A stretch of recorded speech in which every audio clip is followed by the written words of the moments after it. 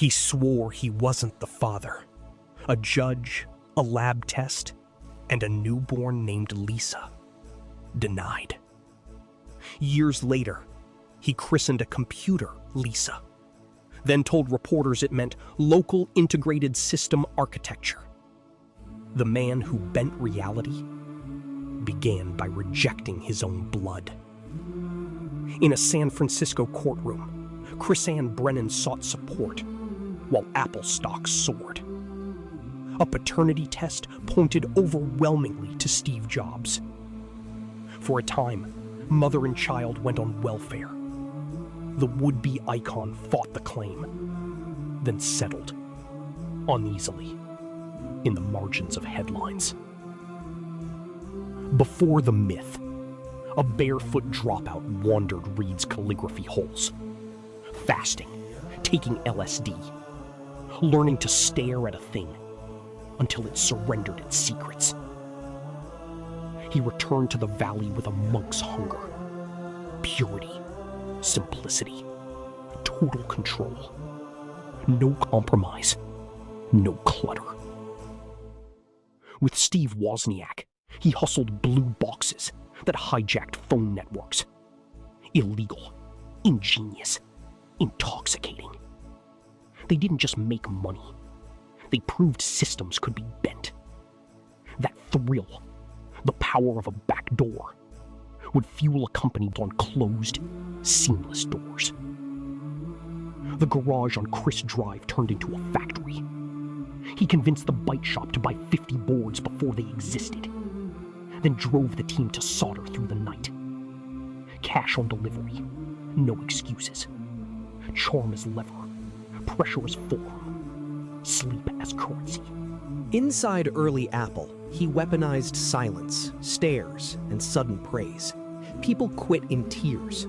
Others did the best work of their lives. He demanded edges no hand could feel, screws no eye could see, and weeks that stretched to 90 hours, by choice or by gravity. At Xerox PARC, a windowed, clicking future gleamed. In exchange for pre-IPO stock, Apple engineers toured, took notes, and came home ablaze. Good artists copy, great artists steal, he liked to say. Provocation and blueprint, as menus and mice marched into Cupertino. He seized Jeff Raskin's skunkworks and renamed it Macintosh, while the Lisa project bore the name he wouldn't publicly claim as paternal. Press asked, he deflected with acronyms. At work, he fathered machines. At home, he kept a door half closed. A pirate flag flew over the Mac team. He locked the building, scraped features, and fired in hallways with a whispered, "This isn't good enough." The demo sang, but the price and memory bit back. Triumph and trouble arrived in the same cardboard box. Do you want to sell sugar water, he'd ask John Scully, or change the world?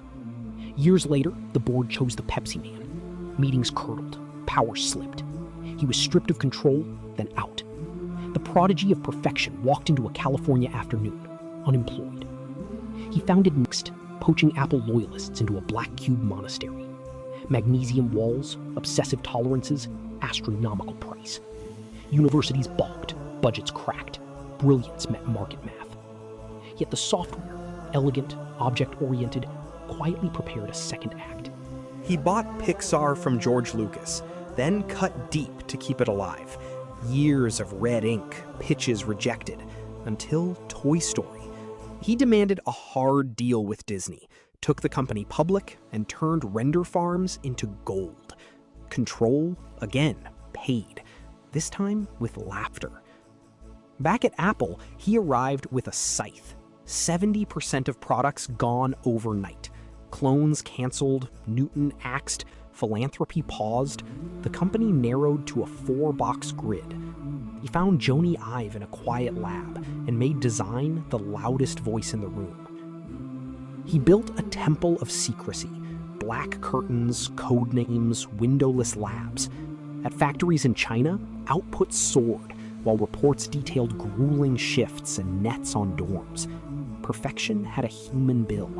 Apple audited, suppliers pledged reforms, and the line kept moving.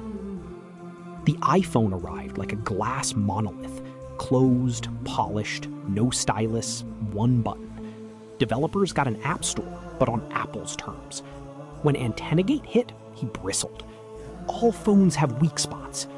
Cases were shipped, lessons logged, control bent, never broke. He published Thoughts on Flash, refusing Adobe's plugin on iOS. Battery, security, touch. The open web would do. In halls of glass and steel, he walked the tolerances with Joni Ive. Seams aligned or torn out, panes rejected until the world reflected clean. Cancer struck. He delayed surgery for months, pursuing alternative diets, then reversed course. Regret shadowed him. He raced to finish iPad 2, thinned it past reason, and handed off a cadence that would outlive him. In 2011, candles gathered in Apple Store windows. He acknowledged Lisa, apologized, and their bond, complicated, tender, resumed. His methods remain a riddle, cruelty as chisels, love of craft as altar. He made tools that vanish in the hand, and a question that doesn't. How much control is worth the wonder?